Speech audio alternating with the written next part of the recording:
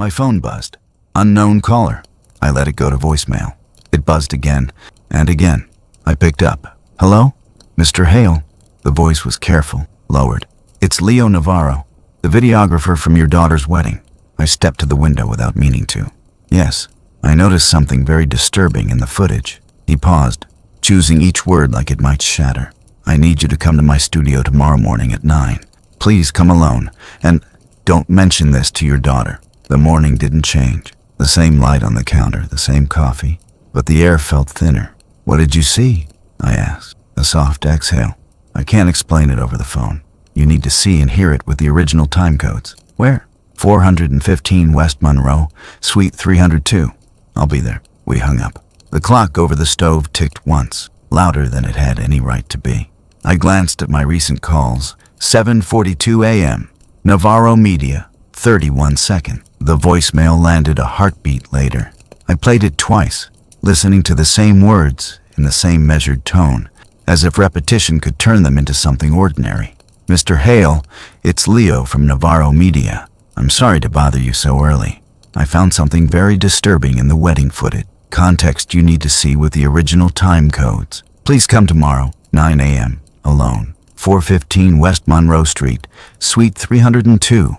I'll have the clips and logs ready. I opened my calendar and typed it in slowly. Navarro Media Footage Review, Wed 9 a.m. In the notes I added, come alone. Do not tell Jay. I stared at the address until the letters looked wrong. Monroe, Suite 302. A simple appointment dressed like a lab result. I wasn't ready to open. The coffee had gone cold. I took a sip anyway. Bitter. It fit. I tried to picture what he meant by disturbing. A bad angle.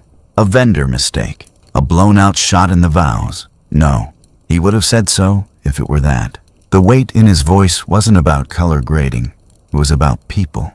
I saw, all at once, the last moment I'd believed everything was fine. My daughter's hand tightening on my sleeve during the father-daughter dance. The flower girl asleep under the gift table. The way the room glowed without trying.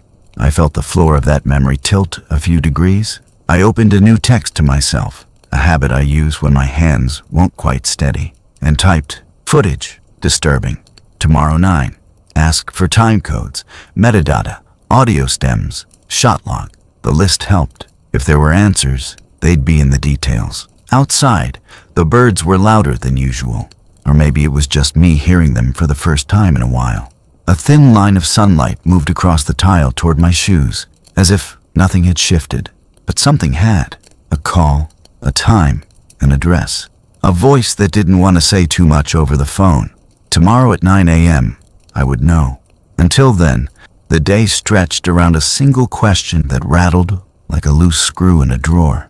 What was in that footage? The rest of the day wore its old, familiar mask. I took my coffee to the office at the back of the house, opened the laptop, and pulled up the household budget the way I've done at the start of every month for years. The spreadsheet blinked awake. Mortgage, insurance, payroll draw from the shop.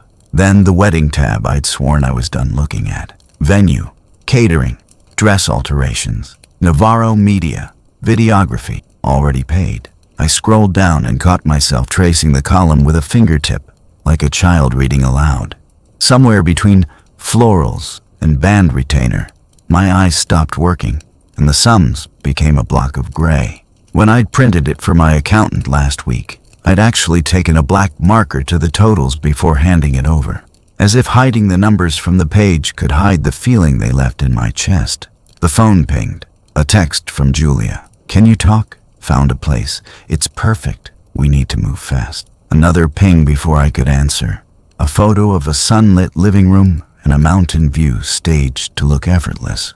Then, the seller wants 5% earnest money by Friday. Connor says we can wire it. We'd pay you right back after closing once everything settles from the wedding gifts. I thumbed the screen and set the phone face down, as if it were hot. A minute later, another text thread slid across the top from Lena. Tires blew on the freeway last night. Scary. Can you help? Ty says we should replace all 4. I stared at both conversations, like 2 hands were reaching into the same pocket. I don't know why I opened my photos next. Maybe I needed to prove to myself how recent the shine still was. There it was, the reception hall just before the guests arrived. The gift table already drowning in envelopes. Someone had draped gauze over the wood so thick it looked like fog. A handful of cards had gold lettering I recognized from my business plans. People who'd known Julia since she was small enough to fall asleep under my vendor tables at trade shows. I zoomed in until the image broke into squares, counting envelopes without meaning to. When the room was a blur, I set the phone down and tugged open the drawer where I keep my handwritten ledger. I'm old-fashioned that way. I like ink. I flipped to the page titled Wedding Checks I Wrote and ran my thumb below the list. Venue deposit, final balance photographer upgrade, rehearsal dinner. When you decide to love someone as a father, the checks never felt like payments. They felt like promises. Somewhere along the way, the promises started looking like invoices with my name in the payer line. I closed the book when I heard the back door open. Lena padded in on bare feet with her hair still damp, a towel knotted like a scarf at her neck. "Morning, Dad," she said, voice bright and thin.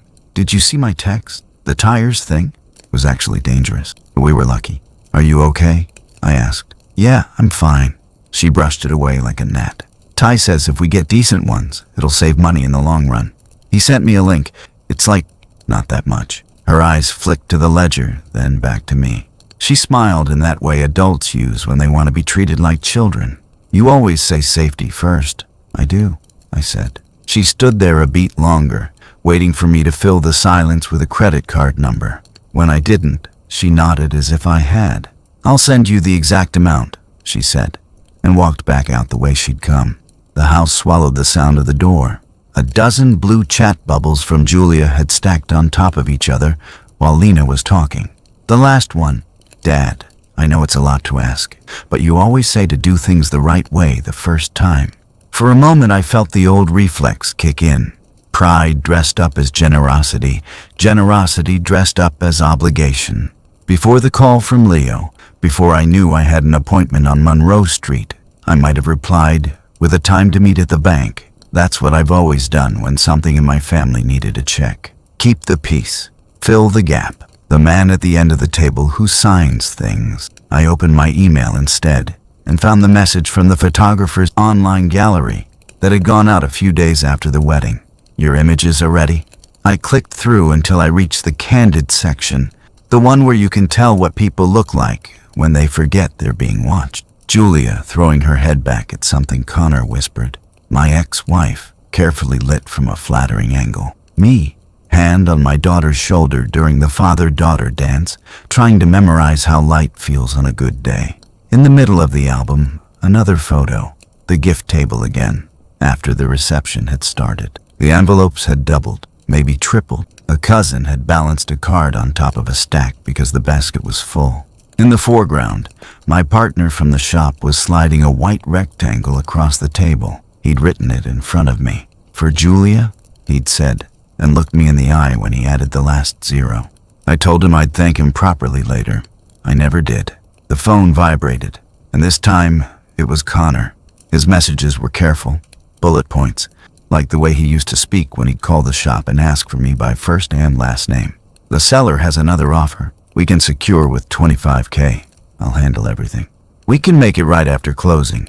Honeymoon reimbursements will be in by then." Make it right, I thought.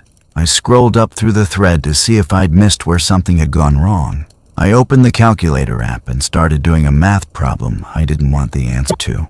If there were 200 guests and half gave cards, and the average envelope was no, I stretched my hand open and watched my fingers shake a little in the air. I set the phone down again and pressed my palm flat on the table until the tremor left. In the corner of the office sat the cardboard box from the reception I hadn't unpacked yet. Leftover programs, a handful of place cards, a silk ribbon. I sat on the floor and rummaged until I found what I was looking for. A small disposable camera someone had left by my plate. I'd tossed it in here in case there were a few frames worth salvaging. I didn't know what I expected to find. It was just plastic and a guess. I slipped it back into the box and stood. The clock on my monitor said 10:18. The appointment was tomorrow at 9. The address was still written in my calendar like an instruction. Do not tell Julia. I picked up the phone and typed a reply to her messages. "Let me look at a few things," I wrote. "I'll call you this evening." She responded with a heart in less than a second, as if speed could pass for gratitude, as if love sounded like scent. I deleted the half-drafted transfer email sitting in my outbox. It had the bank wire form attached, and everything filled in except the amount. I sat there with the cursor blinking at the end of a blank field and felt something I hadn't felt since the day Julia was born, the sense that what I did next would matter 10 years from now. I closed the laptop and stared at my own reflection in the dark screen. The man looking back at me had the same features he's always had. He just looked more like a bank. I almost said yes. I almost wired the money before lunch. I almost let the old reflex write another promise I'd be the one to keep, until I saw the footage. Wednesday, 8:58 a.m. Monroe Street was already warming up, heat lifting off the sidewalk in shimmers. Navarro Media was on the 3rd floor of a brick building with a mail chute and an elevator that sighed before it moved. The studio smelled like coffee and printer ink, a clean hum of machines underneath. Leo met me at the door. He looked younger than I remembered, or maybe it was just the fluorescent lights flattening everything. "Mr. Hale," he said, and his voice was as careful in person as it had been on the phone. "Thanks for coming." He led me past framed stills, smiling couples, soft focus rings, into an editing room dominated by a monitor that made my living room TV look like a toy. The desk was neat except for a lined notepad and a pen he kept turning in his fingers. "I'm going to show you 2 things," he said.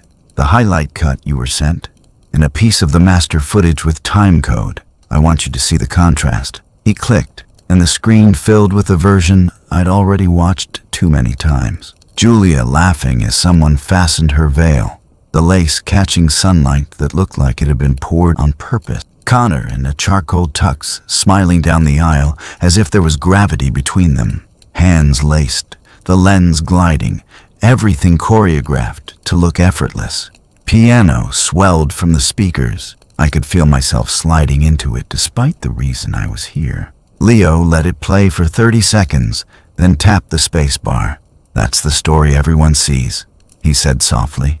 "Now I need to show you the source." The screen went black, then came back in a different tone, flatter, colder.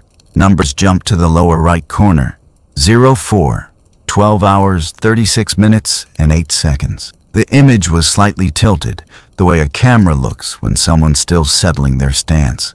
"This is camera C," Leo said. "I was in the balcony doing exposure tests about 2 hours before the ceremony. This is raw, ungraded. You'll see the time code burned in." He scrubbed forward and stopped. We were looking at a service corridor behind the ballroom, not the Instagram side of the venue, but the place where staff passed with trays and cables. Through a gap in the prop door, the edge of the terrace was visible, a slice of sky, a railing, the suggestion of a view. 2 people stepped into the frame as if they had been waiting for the camera to look away. Connor, and a woman in an emerald dress I didn't recognize. He had his jacket unbuttoned, bow tie hanging loose around his neck like a confession. Leo let it run. Connor leaned in as if to tell a joke. The woman smiled without amusement and rested her palm against his chest in a way that made my stomach tighten. I wanted it to be nothing. An awkward hug, a whisper of reassurance. Then Connor's hand slid up to the back of her neck, and the question answered itself. I gripped the arms of the chair as if a sudden turn might throw me. The time code kept counting in a steady red march, indifferent to the way the room went quieter in my head. How long before the ceremony? I heard my voice ask from somewhere just above me. Leo clicked a small eye icon and a gray panel slid into view. Clip 1290.mov. Creation time 2 hours 51 minutes and 22 seconds p.m. The ceremony start time was scheduled for 5 o'clock. We synced all cameras to the venue's clock that morning, so the time code matches. He toggled to a file properties window that listed out things I didn't need, but understood. Data rate, color space, lens metadata.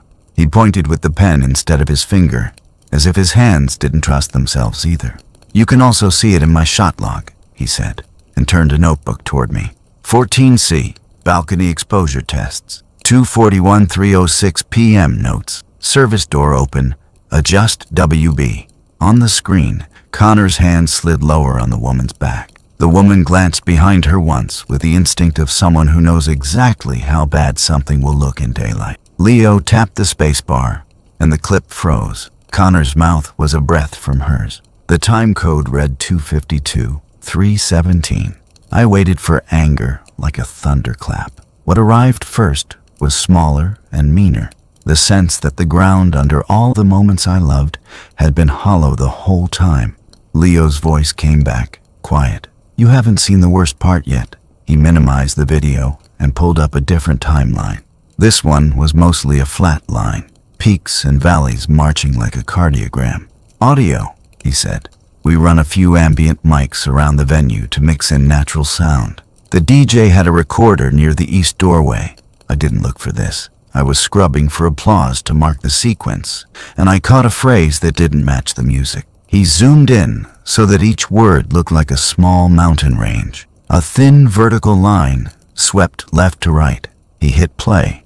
At first, it was just room tone, a low bath of air moving through ducts and distant voices. Then a rustle of fabric, a door hush, footsteps. Two male voices came in, close enough to the mic to sound intimate, far enough away to be safe. So after the honeymoon, we just split it like we said. The voice was low, fast, wrong. 60-40. That's what we agreed. Another voice, a laugh without humor. As long as it's clean, he's not going to ask questions. Leo stopped and scrolled back 3 seconds. One more time, he said, and I nodded because I couldn't make my mouth move. He played it again, and this time the words lodged differently, like a seed finding the right place to root. After the honeymoon, we just split it. 60-40. As long as it's clean. He let it run a few more seconds. There was a clink, glass against metal, then the same voice. She wants a condo near the trailhead. He'll do it. He always does. Leo paused. The room seemed to pull back like a tide. He typed a quick note that logged the exact time. This is at 3:04 p.m. The recorder's clock was synced when the DJ arrived at noon. He brought up another panel. Rec_2 door east.awave, created 12:03 p.m. Last modified 5:48 p.m.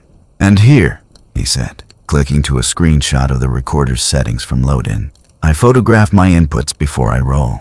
It's a habit. Who are the voices? I asked. I didn't recognize them in the way you often don't recognize your own children on tape. The shape familiar, but the edges indistinct. I don't want to speculate, he said. The mic was on a stand about 10 feet from the service corridor. People were milling. This could be anyone standing near that door. But the content, combined with the clip, I couldn't not show you. He expanded the audio timeline and drew a box around the phrase. I'll export this segment with time reference and include my logs, he said. And his professionalism gave me something solid to put my hand on. You can take everything with you today. The raw files, the metadata, my notes, whatever you need. We sat there with the evidence between us like an extra person in the room. In the hallway, I could hear someone laughing too loudly, the way people laugh when they're trying to prove they're fine. Do you have more? I asked. Of the two of them. He shook his head. That's the only visual I caught. They were in and out fast. I have an ambient clip at 4:17 that sounds like someone counting envelopes, but it's indistinct, and I don't want to turn shadows into facts. I nodded. Grateful he said it for me. He slid a small portable drive across the desk, a dull gray thing that didn't look like it should be able to carry this much weight. This has the still frames with time code, the 2 audio excerpts, my shot list, and the file property screenshots. I've also noted where the venue's schedule aligns with what you're seeing. I took it and closed my hand around it without meaning to. It felt heavier than it should have. Outside the window, a sliver of the street was visible between 2 buildings. People moved through their mornings as if time were just something to measure. In here, time had acquired mass and a sharp edge. I wanted to stand up and leave. I also wanted to rewind to the exact moment before the call yesterday and stay there forever. Leo cleared his throat. I'm sorry, he said, not as a business owner, but as a person. I looked down at the frozen frame of my son-in-law with his hand on another woman's neck, at numbers in the corner that refused to lie. at a waveform that didn't care who we wanted to be in public. I kept my voice steady, because all I had left was control. "Thank you for showing me," I said. "Now I know what I'm looking at." Drove home with the little gray drive in my pocket, and the city sliding past like a backdrop someone forgot to change. In my office, I put the drive on the desk like it might bruise the wood. Then I opened the laptop and pulled up the wedding budget instead, because the only way I know how to breathe in a crisis is to count. The spreadsheet was already sorted by category. Venue, $23,480. Catering, $18,950. Bar package, $3,600. Florals, $4,140. Band, $6,200. Dress alterations, $780. Photographer, $3,900. Videography, Navarro Media, $2,950. Rehearsal dinner, $2,210.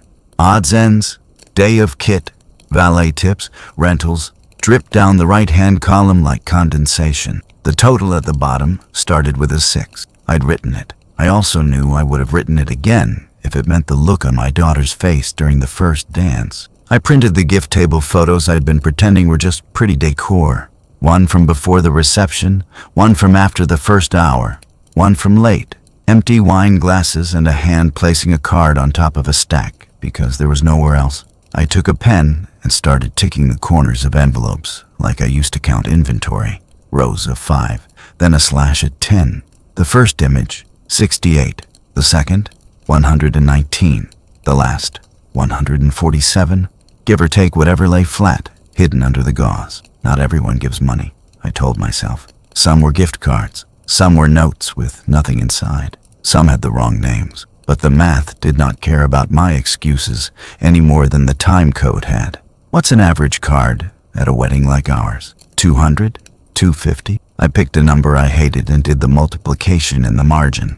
147, 250, 36,750. If the average was higher, if a few business friends had written 4 zeros like I'd seen one do in front of me, that number moved north quickly. I remembered my partner sliding his check across the table. I remembered my ex-wife's brother boasting at the bar that he took care of them.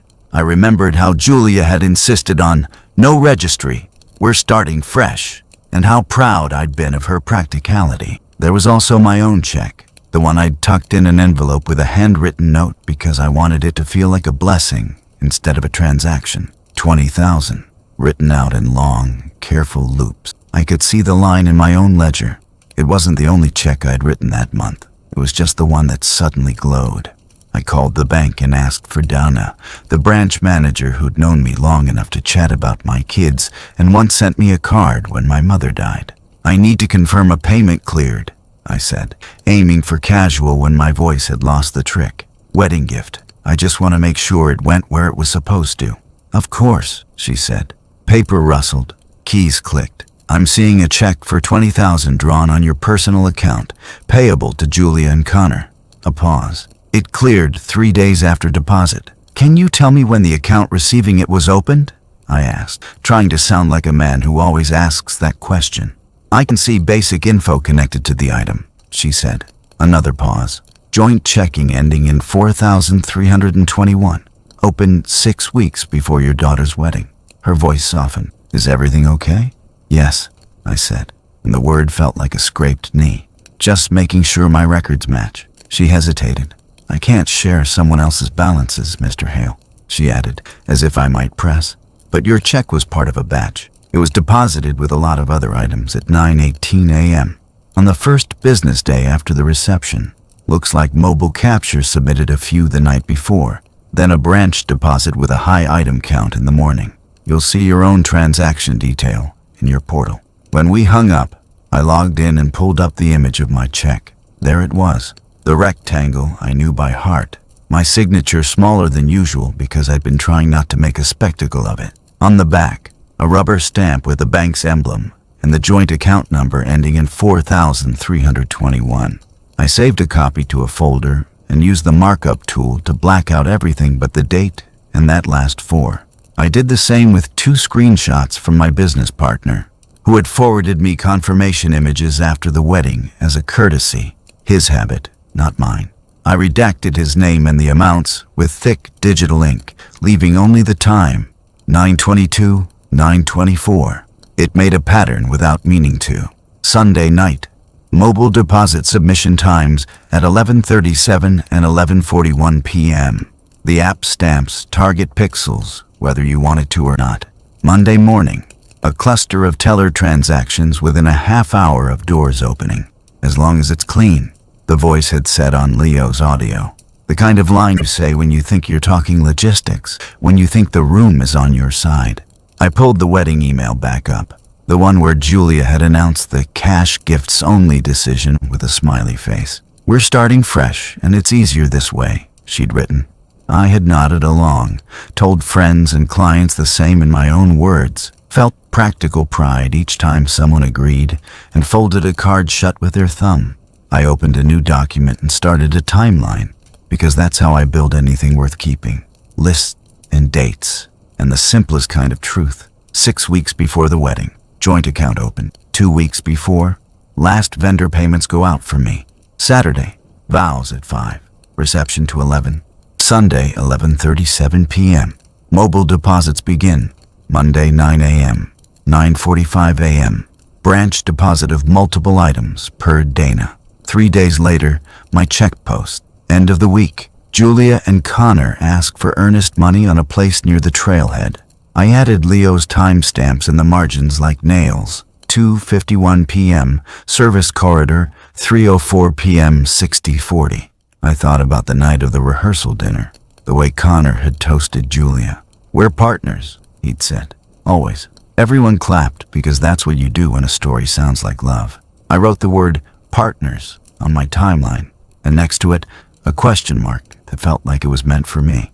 Why 60/40? Why any fraction at all unless there was a pie to cut? Why open an account 6 weeks ahead unless there was a plan for where money would land? Why the rush to buy, the urgency about locking it in, the insistence on doing it before the honeymoon was even fully unpacked? I spread the printouts across the desk, the envelope counts, the redacted check images, the bank's timestamp details, the budget totals. On one half of the desk sat the vows, those soft, beautiful promises the videographer had scored with piano so that they would lift and carry. On the other half sat the ledger, the way the numbers lined up like a different kind of music. I hated that the ledger made more sense. I picked up my pen and wrote 2 columns on a yellow legal pad, story and spreadsheet.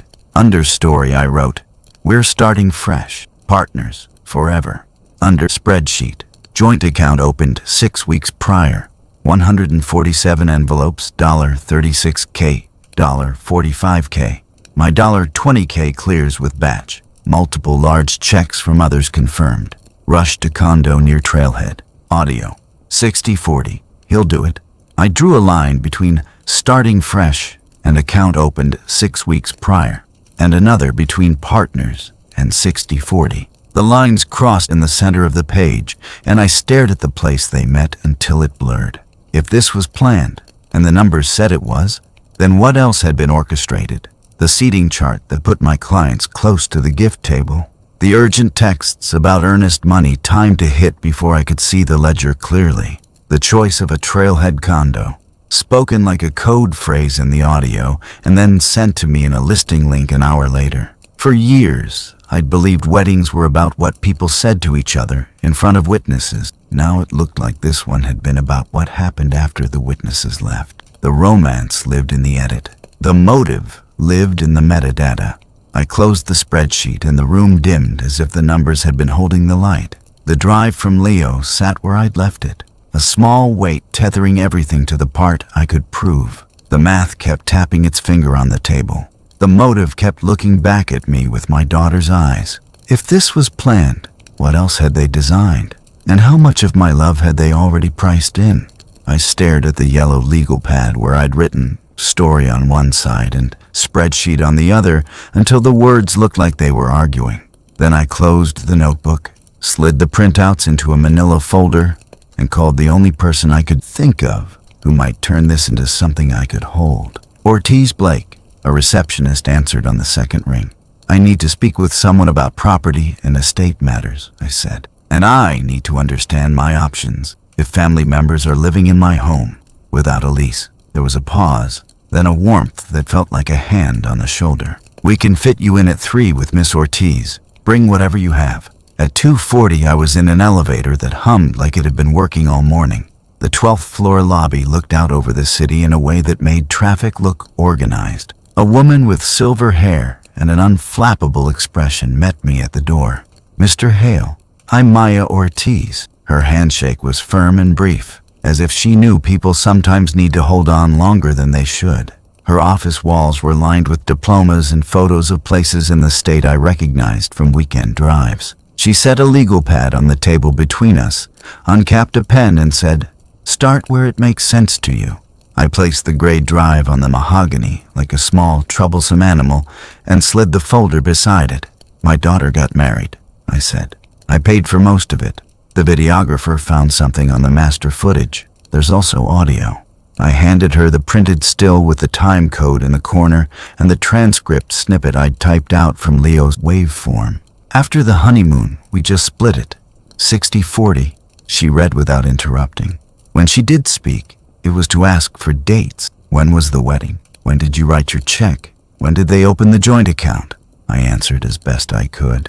She wrote the numbers down in neat columns that steadied me, as if numbers could walk in a straight line and the rest of us might follow. "And you mentioned people living in your home?" she asked. "My younger daughter, Lena," I said. "She moved back after a breakup. She never moved out. Her boyfriend is there a few nights a week and most weekends. No lease, no rent. My name is on the mortgage." Miss Ortiz flipped to a fresh page and drew boxes as she talked, not like a teacher, but like a contractor mapping load-bearing walls. "There are really 3 tracks here," she said.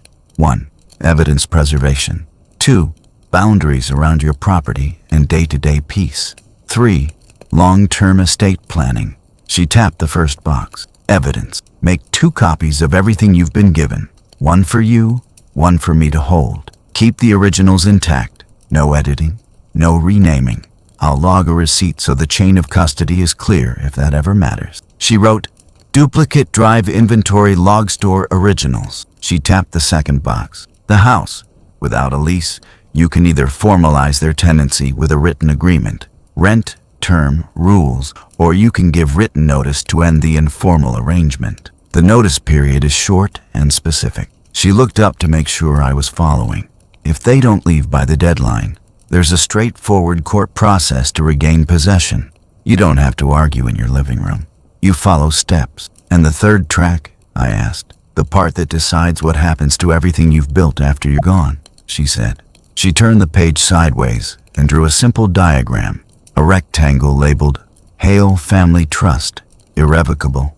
Arrows down to 3 smaller boxes, primary residence, business interests, personal investments. To the right, a column, trustee, Westridge Fiduciary Services, successor trustee, designate, beneficiaries, as directed. She connected each with clean lines. "You can keep using your assets while you're alive, but you decide now, in writing, what happens later. And you put a professional in charge of carrying out those instructions." She pushed the pad so the diagram sat closer to me. "Some people prefer wills. They're simpler. They're also easier to fight over. A properly executed trust is harder to unwind. Less room for the kind of arguments that split families in court. You've paid for enough ceremonies." The room felt cooler. I looked at the boxes and the arrows. They were ruthless in the way all good plans are. They only cared about what works. She sat back. "So we choose," she said. "If you want peace in your house, we draft notice today." She turned to her computer and, with a few keystrokes, pulled up a template. The page had gray fields waiting to be filled. Notice to vacate, premises, address, occupants, names, effective date, date, deadline to vacate, date. She left the boxes blank, her cursor blinking at occupant. She printed 2 copies and clipped them to a folder labeled with my last name. "You can serve this yourself or send by certified mail. Keep copies. Take photos of delivery. If they leave on time, everyone avoids the next step. If they stay, we file the paperwork. The court sets a hearing. A deputy enforces an order if it comes to that. She paused, then added, "You do not need to debate this in your kitchen." I nodded because I had already debated too much in my kitchen. Miss Ortiz slid a second stack of papers across the table. "Engagement agreement," she said. "It outlines scope, fees, timelines. Retainer for trust and notices is $5,000. If we have to file to regain possession, that's a separate flat fee. If additional work comes up, we'll agree before we do it." Her pen hovered over a signature line she hadn't pushed toward me yet. She kept talking, and I was grateful for the way she narrated the next 10 steps, like exits on a highway I hadn't driven.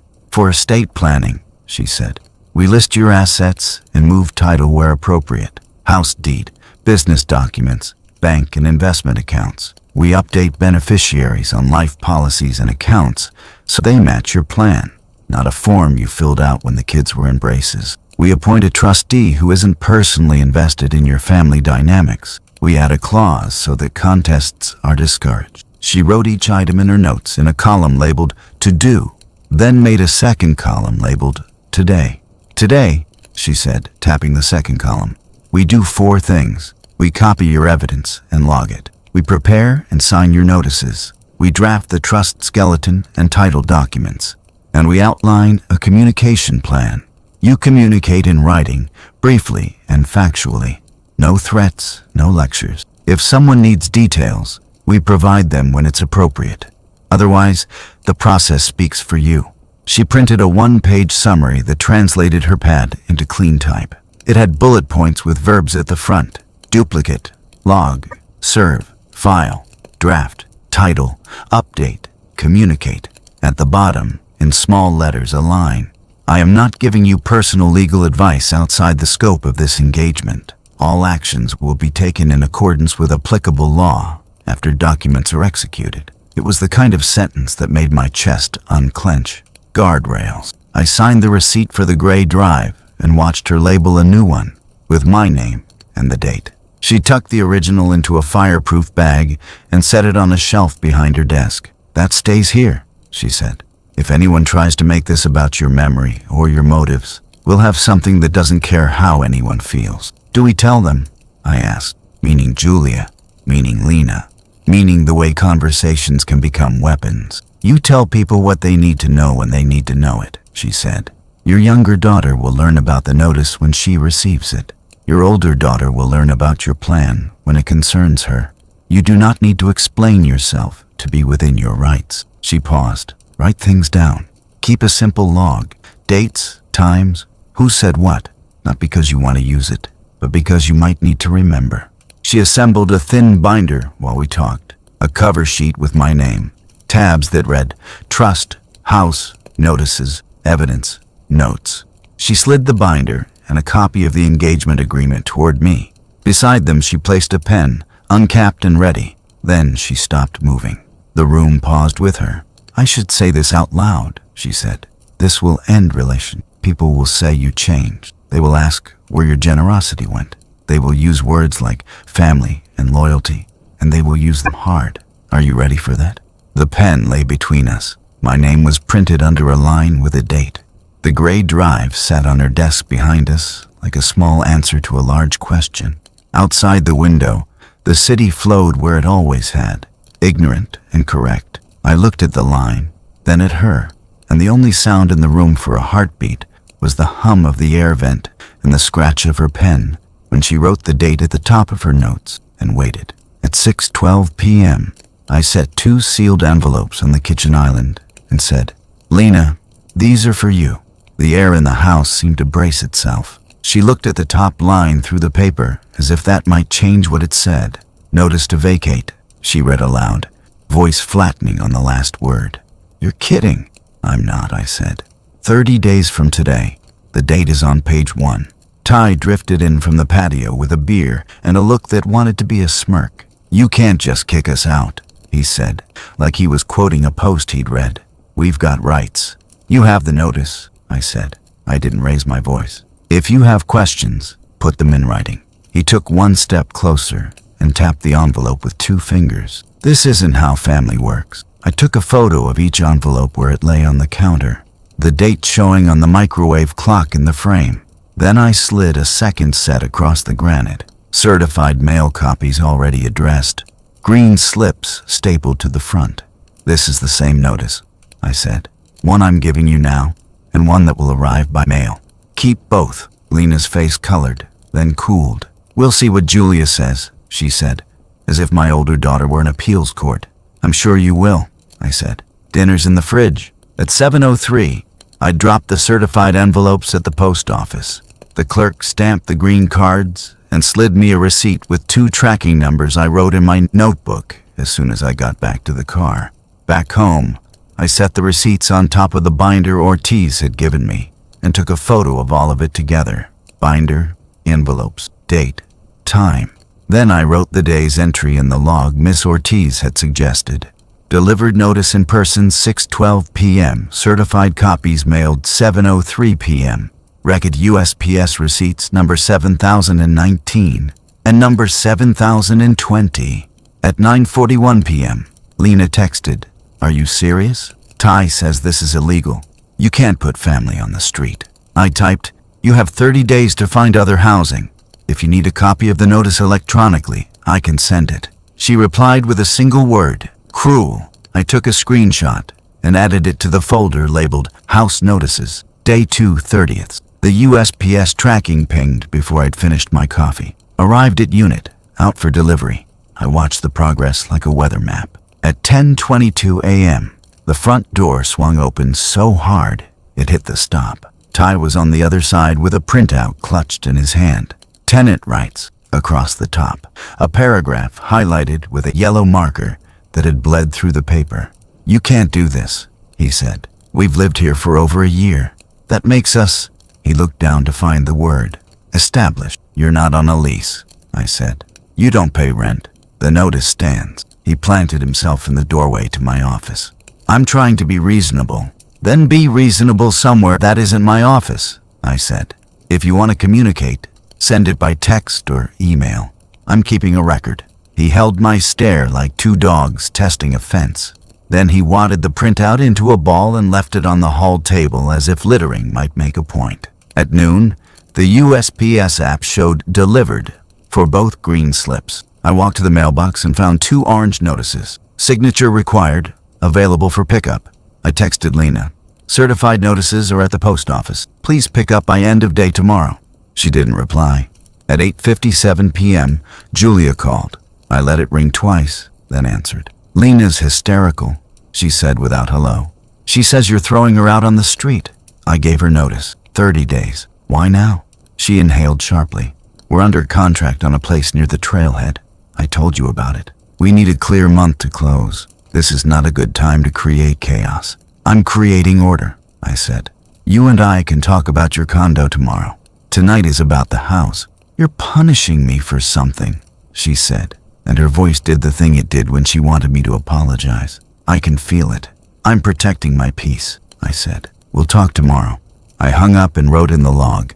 Julia called 8:57 p.m., agitated, asked to delay.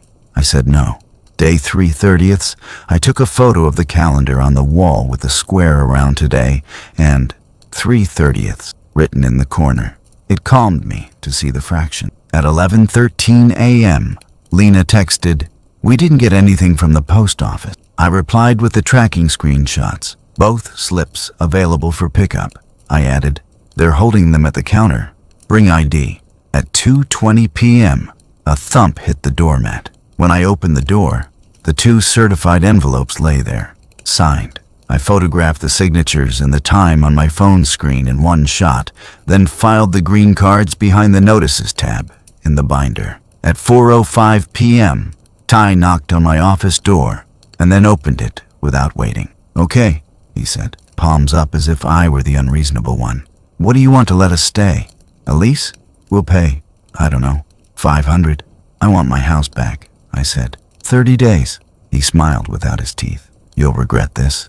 Write that down for me," I said. He laughed and left. That night at 11:52 p.m., my phone rang with an unknown number. I let it go to voicemail. The message was Connor, voice smooth, careful. "Hey, Mr. Hale. We heard about the situation with Lena. Look, I can ease things for everyone. I can front their rent for a few months if you just push this to after closing. No need to make it a thing. I set the phone face down and looked at the ceiling until I could breathe evenly again. In the log, I wrote, Connor voicemail, 11:52 p.m. offered arrangement. No response. Day 4/30, the first hour of the day, felt like any other. By noon, the house had a new sound. A rustle of boxes, a slow scrape of drawers being opened and shut. I pretended to work and listened to the sound of a life being measured. At 1:16 p.m., Lena appeared at my office door, eyes emptied out from crying.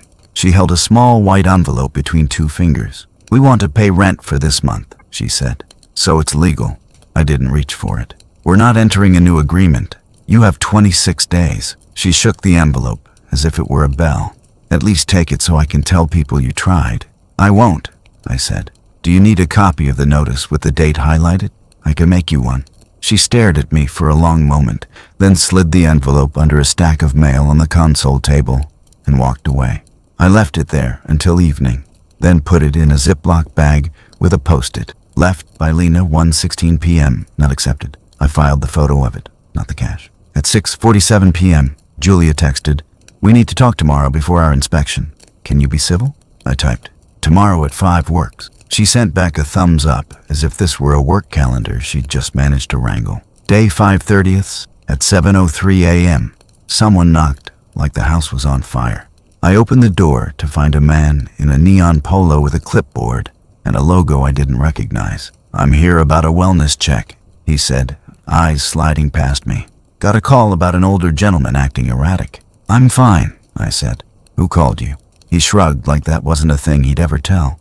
Just need to make sure you're safe. I am, I said. You can note that I answered the door, confirmed my name, and told you I'm well.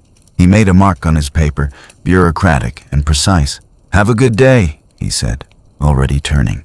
I watched him go and wrote, Unknown check, 7:03 a.m. declined. No issues. At noon, the house went quiet. At 12:15, the doorbell rang once. No one stood on the porch. Just a shoebox with scuffed sides and a single word in block letters on the lid, rent.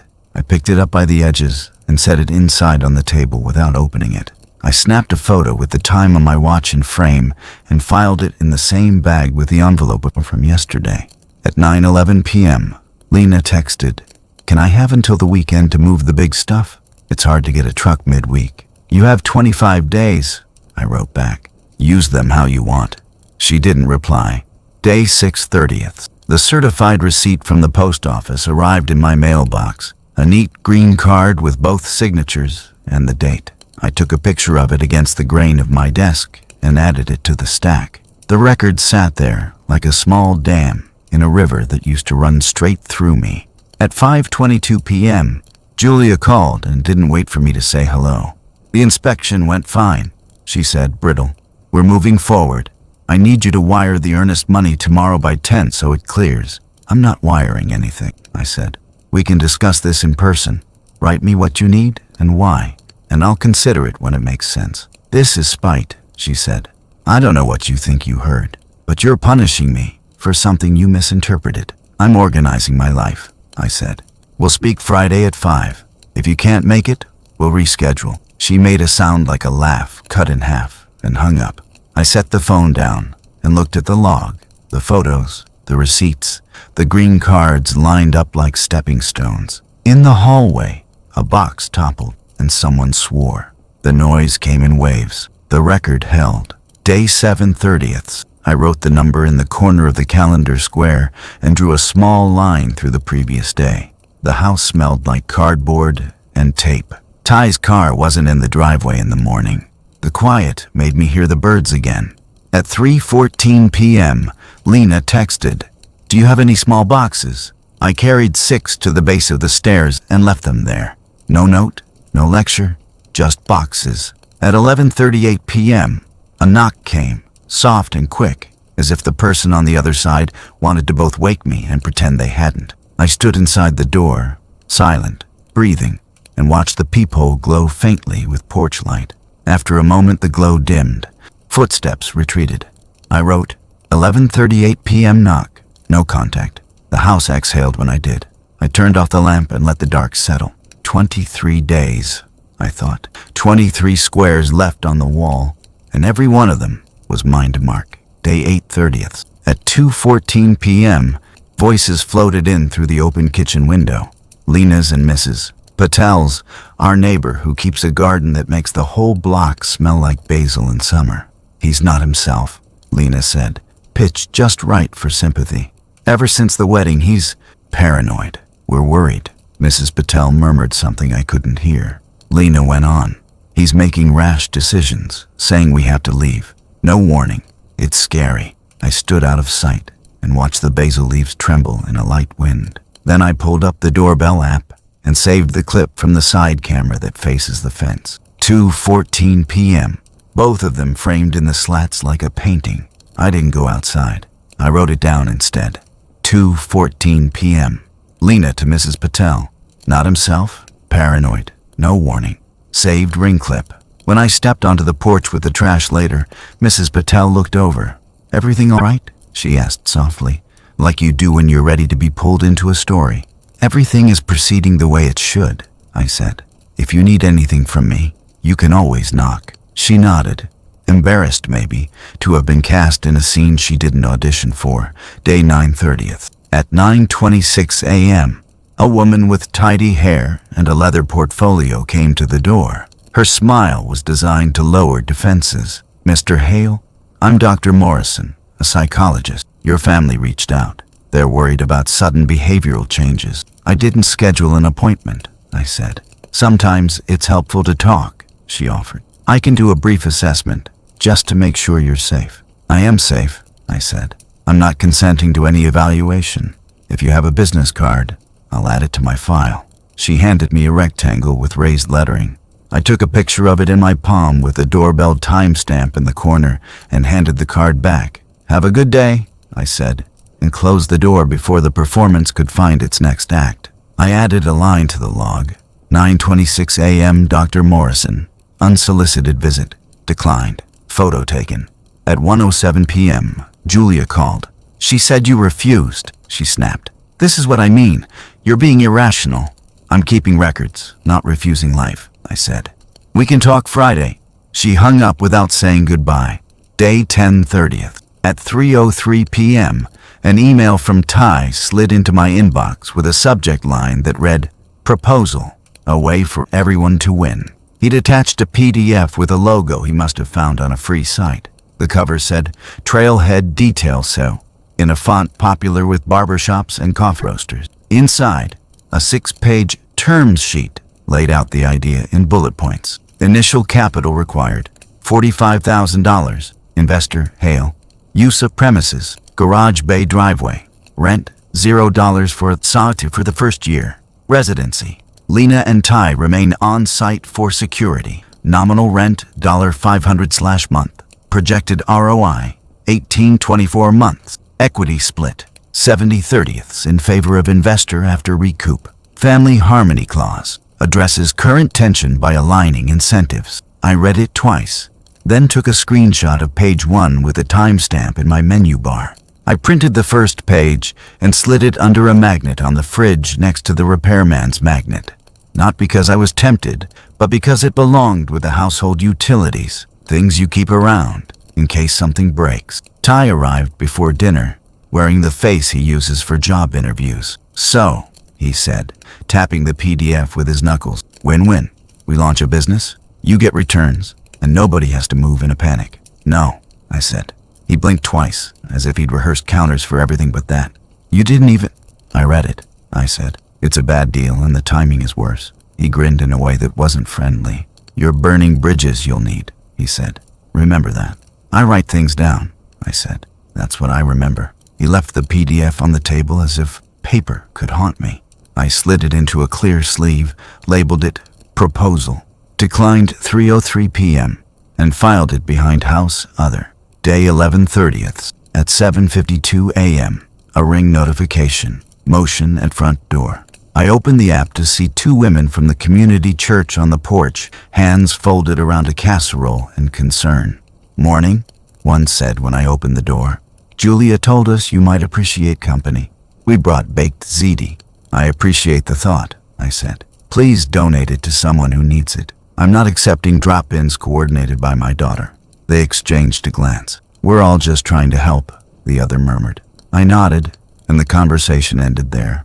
After they left, I saved the clip. 7:52 a.m. Unexpected pastoral visit with food? Declined? Saved. At 5:41 p.m., Mrs. Patel intercepted me at the mailbox. I'm sorry I listened to Lena, she said, looking mortified. It's just, she seemed upset. She is, I said gently. That doesn't make me wrong. She exhaled. If you need me to speak to anyone, I will. I need you to enjoy your basil, I said. She laughed, and we were neighbors again. Day 12/30th. The voicemail came at 12:09 p.m. A man's voice I didn't know, brisk and friendly in the way of people with something to sell. Mr. Hale, this is Owen with North Ridge Realty. Julia asked me to reach out. You're sitting on a lot of equity, and the market is hot. If we list this weekend, we can get you above ask, and... I stopped the playback there and typed 12:09 p.m. Realtor cold call on Julia's request. No permission to share info. I saved the voicemail, then blocked the number, then wrote an email to myself documenting that I had done both. At 6:18 p.m., my phone buzzed with a text from an unknown number. Heard you're having a tough time, friend. This is Pastor Mike. We're here. I saved the screenshot without responding. At 10:02 p.m., a knock. 3 fast raps, not quite urgent. I didn't open the door. A minute later, a white envelope slid under the threshold. Inside, a handwritten note from Lena, loops larger and looser than when she was little. We deserve a chance to explain. Tomorrow? I wrote back by text. We can meet Friday at 5. Bring Connor if you like. Day 13/30th at 11:11 a.m. Ty sent another revision of the proposal, this time with the number bumped to $50,000 and a new bullet. Investor retains right to use driveway when not in active service. He'd added a chart with arrows pointing up labeled Year 2, as if that were data. I forwarded it to myself with the subject, Proposal V2, still declined. Then I replied to Ty's email with 2 words, not interested. He sent back, almost immediately, your loss. I printed the email chain and kept the typo. Records catch tone as well as content. At 3:38 p.m., a woman I vaguely recognized from the neighborhood Facebook group wrote a message requesting to hear my side before we all jumped to conclusions. I didn't know there was an all, but now I did. I wrote 3:38 p.m. Social media chatter. No response. Saved screenshot. Day 14/30th. I woke early and laid out everything I had on the dining room table. The certified mail green cards, the photos of the envelopes with the date on the microwave clock, the ring still of Lena and Mrs. Patel at the fence, the business proposal with its confident arrows, the stack of voicemails transcribed in short bursts. Voicemail. Connor, 11:52 p.m. I can ease things for everyone. Just push this to after closing. Voicemail. Owen, Realtor, 12:09 p.m. You're sitting on a lot of equity. Text. Unknown. Pastor Mike. 6:18 p.m. We're here. I opened my notebook to a fresh page and wrote incident log at the top, then made a simple list. Day 8, 2:14 p.m. Fence. Lena to neighbor. Not himself. Paranoid. Saved clip. Day 9, 9:26 a.m. Psychologist at door. Declined. Photo of card. Day 10, 3:03 p.m. Ty. Proposal. PDF. Declined. Screenshot. Day 11, 7:52 a.m. Church casserole. Declined. Saved clip. Day 12, 12:09 p.m. Realtor voicemail on Julia's request. Blocked. Saved. Day 13, 3:38 p.m. Neighbor DM Re. Conclusions. Screenshot. The list looked like what it was. A record of noise and the fact that I hadn't added any of my own. At 5:02 p.m., Julia texted, "We're coming over tomorrow. Dinner. We'll talk like adults." Dinner meant 4 plates and a performance, and my table was already set for a different play. I looked at the frozen still on the printer, the one with the time code at the corner and a hand where it shouldn't be. I added it to the top of the stack and slid a rubber band around the whole thing. Before bed, the doorbell flashed once on my phone at 11:17 p.m. A blurred shape on the porch, then gone. a test of the boundary, or a habit. Either way, I saved the clip and wrote the time. Tomorrow they would bring words, polished and practiced. I would bring paper. Friday, 4:55 p.m. I set the table the way I used to when the girls were little and dinner meant something settled. 4 plates, water glasses, cloth napkin. In the center, a neat stack of letter-sized pages. On top, an 8x10 still from camera C with a red time code in the corner, 2:52, 3:17. Beneath it, a short transcript excerpt in 12-point type, 2 lines highlighted. Under that, a 1-page summary on Ortiz Blake letterhead. Hale Family Trust, irrevocable, draft outline, with the sensitive lines blacked out like a document on the news. At my place, a manila folder thick with green USPS cards, printouts, and a log that looked like a small spine. I'd sketched the seating chart in my head before I heard tires on the gravel. Me at the end closest to the hallway and my office. Julia and Connor on my left. Lena and Ty on my right. Everyone facing the evidence without having to reach for it.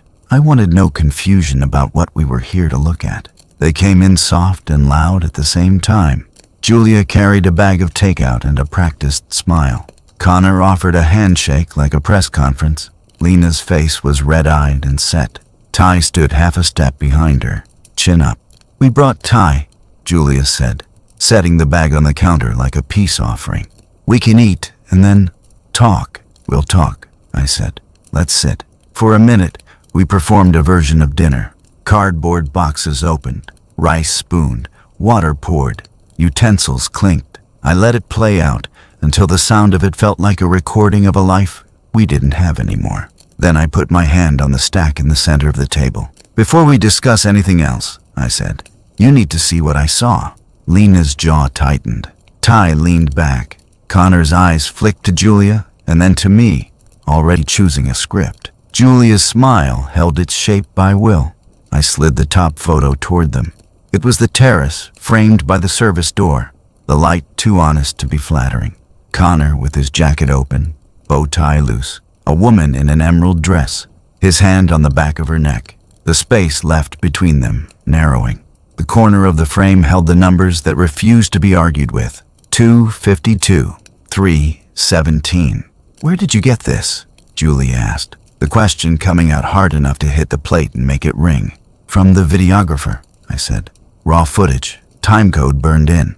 "That's not," Connor began, then stopped. He was weighing whether to try out of context, old friend, or camera tricks. In the pause, I slid the second page across. 2 lines from a transcript. "After the honeymoon, we just split it. 60-40. That's what we agreed, as long as it's clean. She wants a condo near the trailhead. He'll do it. He always does." Connor read the lines twice. Julia didn't read at all. She stared at me instead, as if eye contact might convince me the page said something different. "What is this?" she said. "You're spying on me? On us?" "The DJ ran ambient mics," I said. The recorder near the east door picked up a conversation at 3:04 p.m. The clocks were synced at load-in. The videographer found it scrubbing for applause. I kept my voice flat. "I didn't go looking for this. It found me." Lena glanced from page to page, then to Julia, searching for the cue. Ty crossed his arms wider. "I know what that looks like," Connor said finally, and picked a path. "But it's not what you think. That's guys talking. Locker room nonsense. You can cut and paste anything to make it sound a certain way. It's a single clip," I said. "I have the file properties and the uncut spans. I preserved copies and logged chain of custody." I looked briefly at Julia. "I've also looked at the deposits the morning after the reception. The batch was large." Julia pushed her chair back an inch. "So what?" she said. "People gave us gifts. That's a wedding. How dare you make something ugly out of generosity?" "It was generosity," I said. "I was generous. My clients were generous. Your aunt, my partner.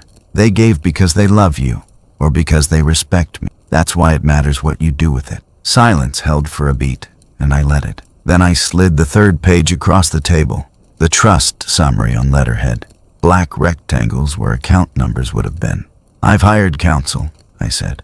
"I'm moving my house, the business, and my investments into an irrevocable trust. A professional trustee will manage distribution after I'm gone, according to instructions I've written. I won't be wiring earnest money. I won't be advancing rent.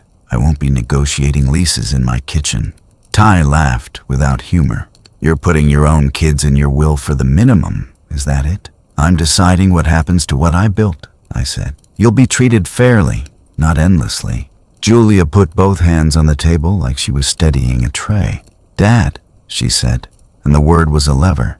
You're escalating because you're hurt. I get that, but this... She tapped the trust letterhead with a fingernail. This is extreme. You're going to regret this. Maybe, I said, but I doubt it. Connor leaned forward, palms up, showing me he had nothing to hide. Look, he said, settling into the tone that closes deals. There's a misunderstanding here. I can walk you through the accounts, the timing, the condo. We're adults. We can fix this. If you hold off, we can make it right. Make it right how? I asked. His mouth opened, then closed. He hadn't gotten that far. Lena finally spoke. You blindsided us, she said. You gave me a piece of paper like I'm nobody. You have 22 days left, I said. I'll be available to sign for a moving truck. I'll print you another copy of the notice with the date highlighted if you need one. God, listen to yourself, she said, eyes shining. All you care about are papers and dates and clocks. I care about records, I said, because I care about being believed when people start performing. Julia's eyes flashed. You think I'm performing? I think you're doing what you've always done, I said, and slid the still with the time code a little closer to her. You tell the best version of a story and expect everyone to clap. She stood abruptly, chair scraping tile. I will not be ambushed in my father's home with props. This is disgusting. I gathered the pages into a neat stack again. Then we're done for tonight, I said. All communication going forward should be in writing. If you show up uninvited, I won't answer the door. If you send people, I'll document it. If you try to access accounts that involve me, the trustee will handle it. If you need anything in the house, make a list. Ty pushed his chair back too hard, making the table judder. You're going to end up alone, he said. When you need help, don't call us. I won't, I said. I stood and lifted my folder, feeling the weight move from table to arm. The room held a taut quiet, the kind over a field before lightning chooses a place to hit. Julia was the last to speak, voice lowered into something that might have been sorrow if I didn't know how many times she'd used it to move the furniture of a conversation. You're not the man who raised us, she said. I am, I said. I just stopped mistaking silence for kindness. I walked the few steps to the hallway and paused long enough to set my hand on the back of my chair, the way I do before a long drive. This conversation is over. Behind me, I heard paper shuffle, an intake of breath, the beginning of a retort swallowed because there was nothing to spend it on. I went to my office, closed the door, and turned the lock with a click that sounded bigger than it was. A minute later, my phone buzzed on the desk. A text from an unknown number, the preview cutting off the last word. We should talk without Julia. I can make this. I put the phone face down and opened the binder to the page that said, Day 14/30th. In the dining room, chairs scraped, the front door opened, closed, opened again. Tires on gravel. The house exhaled. On the table, beneath a water ring and a smear of curry, lay a copy of the still with the time code in the corner. I'd printed extras. If they took one, it wouldn't change the numbers. Tomorrow I'd sign the next set of papers. The countdown would keep ticking whether anyone acknowledged it or not. And somewhere between here and day 30, they would decide how far they were willing to go to make the record look like a lie. Day 30/30th. At 9:58 a.m., a white SUV with a gold star on the door eased to the curb. Deputy Sandoval stepped out with a clipboard and a quiet that made the street itself behave. He shook my hand, glanced at the binder under my arm, and nodded like he'd seen this version of me before. Mr. Hale, he said, we'll keep it straightforward. Miss Ortiz had offered to come. I told her I was fine. She texted anyway at 9:59. I'm on standby. Call if anything shifts. We walked to the door together. Sandoval knocked 3 times, measured, official. Sheriff's office, he called. We're here to enforce the court's order for possession. Inside, footsteps, a hissed whisper. Then the door opened a few inches and Lena's face appeared, swollen from a night of crying or not sleeping. Maybe both. "You can't be serious," she said, already on Act 2. Sandoval's voice didn't change. "Ma'am, you've had 30 days notice. The court granted possession to the owner on Monday. You have 2 hours to remove personal belongings. That means clothing, medications, personal documents, small electronics. No furniture, no fixtures, nothing that belongs to the property owner." He tapped the top of his clipboard. A printed sheet with boxes, allowables, clothing, toiletries, medication, personal documents, personal electronics, not permitted, furniture, appliances, fixtures, owner property. Ty slid into view over her shoulder, jaw set. "We've got rights," he said. "You do," Sandoval said, checking his watch. "And they include leaving peacefully and on time. 2 hours starts now, 10:04 a.m. They backed up. He stepped over the threshold with the calm of a man who knows his job. I stayed a few feet behind him, in my own doorway. I set the binder on the console table and flipped it open to the tab labeled Orders. On top was the stamped copy of the court's decision granting possession. Under it, the notice I'd served 30 days ago. The green USPS cards, my incident log. I took a photo of the top page with the time in the corner. At 10:27, my phone lit with Connor's name. I let it ring twice, then answered. "Look," he said, voice low, confiding. "We don't have to do this like this. If you give them until Monday, I can make it worth your while." I didn't ask how much. I didn't ask for details. I put him on speaker and held the phone between us, the way you hold up something you're about to throw away, so it has one last look at the room. Sandoval met my eyes and shook his head once, almost a smile. I ended the call and wrote in the margin of my log, 10:27 a.m. Connor. Make it worth your while. No. Back in the hall, Lena was stuffing clothes into a garbage bag with a frantic economy of someone trying to outrun a clock. Ty moved electronics into a duffel that had seen more vacation than jobs. Twice he picked up a lamp, and twice Sandoval said, softly, "No furniture." The second time, Ty set it down a little too hard, and the bulb flared and died. At 11:12 a.m., Lena tried a different angle. "I'll pay you rent for next month," she said, breathless, a wad of cash in her hand. "We'll be out after we find something decent. Just let me keep my dignity." "You keep your dignity," I said, "by leaving on time." I nodded toward the deputy's checklist. "You have 50 minutes. At 11:51, Julia called. I didn't answer. Her voicemail landed 30 seconds later, voice trembling with righteous exhaustion. "You're humiliating your own daughter," she said. "The neighbors are watching. You could have handled this quietly. This is cruelty." I saved the message and marked it down. The basil in Mrs. Patel's yard breathed like an audience. At 12:01, Sandoval checked his watch and cleared his throat. "Time," he said. "Let's go."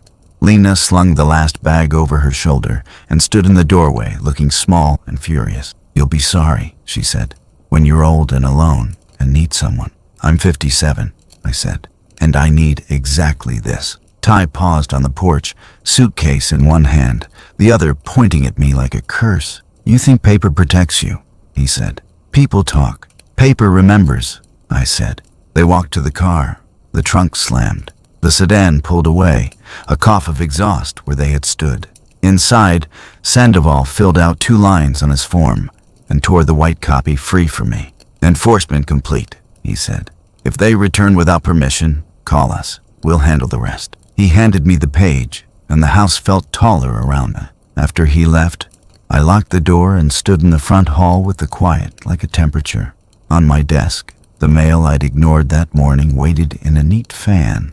I opened the thick envelope from West Ridge Fiduciary Services. "Finalized," the letter said at the top, in a serif font that didn't need to raise its voice. "The Hale Family Trust, irrevocable, had been recorded. Title transfers completed. Successor trustee accepted. Distribution instructions sealed." I read it twice and slipped it under the trust tab. Under that, a stack of confirmations. Bank, beneficiary update, successful, primary, Hale Family Trust, Act ending 73. Brokerage, TOD designation confirmed. Hale Family Trust, Doc ID redacted. Insurance, primary beneficiary updated. I ran a black marker across the last 4 digits that showed, not because anyone would see them, but because ritual matters. I signed the bottom of my own log for the day, below the last line. 12:01 p.m. Possession restored. Deputy departed. No incident. The lamp in the living room was crooked. I straightened it and felt, for the first time in a long time, that the room stayed the way I left it. Outside, a delivery truck hissed, then moved on. The clock in the kitchen ticked past 12:10. 2 hours had started, and then 2 hours had ended, and the house had changed hands without moving an inch. The phone buzzed once more, a number I didn't recognize. I let it roll to voicemail and didn't press play. I walked to the window, put my palm on the glass, and watched my breath cloud and clear. The first morning after the deputy left, the house sounded like itself again. The air conditioner breathed without competing with anyone's voice. The refrigerator hummed at its polite volume. When I set the television remote on the arm of my chair and walked away, it was exactly where I left it when I came back. I gathered what the past month had made of me and stacked it on my desk. The incident log with its neat dates, the green USPS cards clipped into the binder, the stamped order with Deputy Sandoval's signature, and on top, the letter from West Ridge Fiduciary. Finalized, it said. The trust recorded, titles transferred, beneficiaries updated. I smoothed the edge of the letter with my thumb and took a photo from my records before sliding it into the safe. I replaced the coffee maker Ty had burned out with a cheaper one that made a softer sound. The first cup tasted like the first breath after a held one. I stood at the kitchen window and watched the basil in Mrs. Patel's yard move in a square of sun. She looked up and waved the way neighbors do when there's nothing left to explain. I waved back. By lunch, I'd made 3 small decisions that didn't require anyone's permission. I booked a guitar lesson for Wednesday at 10. I texted Leo Navarro, coffee next week, my treat, and smiled when his answer came back almost immediately. Name the day. And I called the senior center about their repair list. We've got a leaky faucet and a door that sticks, the woman on the line said. And a dozen people who will thank you too much. That sounded like the right amount. Julia called twice that week. I let both go to voicemail and listened only long enough to hear the shape of her message. A little heat, a little shame. Lena texted once. We found a place. It's small, but it's ours. I typed back. Good. That was all either of us needed. On Thursday afternoon, I walked through the rooms the way a new owner might, not to admire, but to confirm. The bed made with corners I could bounce a quarter on.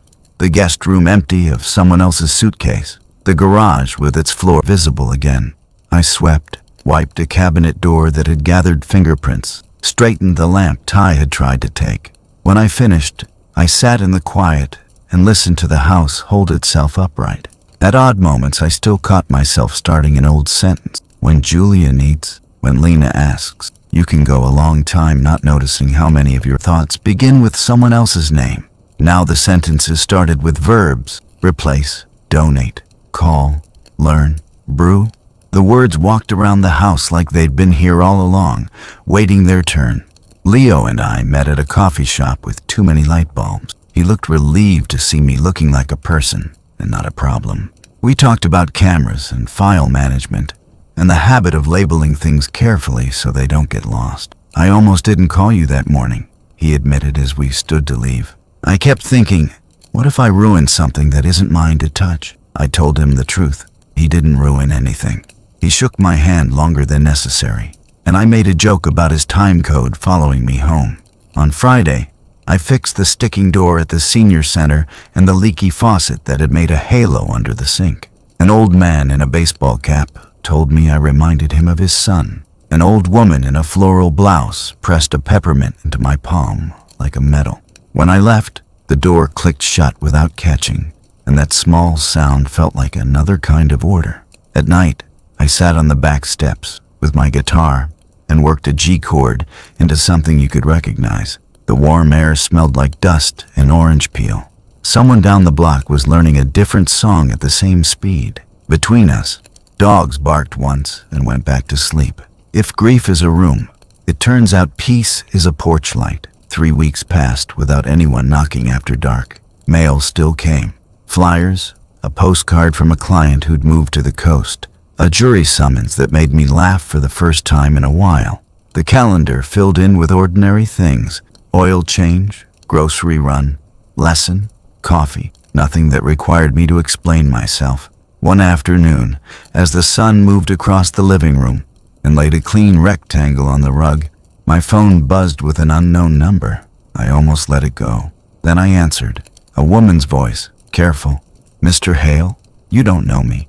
My sister gave me your name. I think I found something I'm not supposed to see, and I don't know what to do with it. I looked at the framed photo on the shelf, the one from the dance, before I knew what I knew, and at the binder in the safe, and at the guitar propped where it wouldn't fall. Tell me what you found, I said, and felt the porch light in my chest click on. If this story meant something to you, you can stick around. I tell them as plainly as I can, and I answer what I can answer. And if you've ever had to set a clock to keep your own life from getting stolen by inches, you already know the question I'm going to ask. Would you have started the 30-day countdown?